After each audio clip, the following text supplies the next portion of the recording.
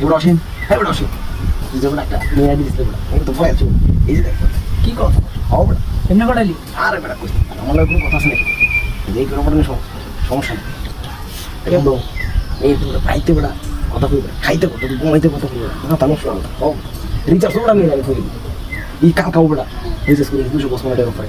তার বাইরেও করে দিই নমস্কার। দেখুন তো হ্যাঁ কতদিন কথা কইবে না, তুমি তো চলছে সুন্দর মেয়েকে দেখা করে দিই না অন্ধে করেন যেত আরে বেটা কত দিন ফোন করে করতেছি ফেসবুকে খাই বলে কত না মেসেজই কত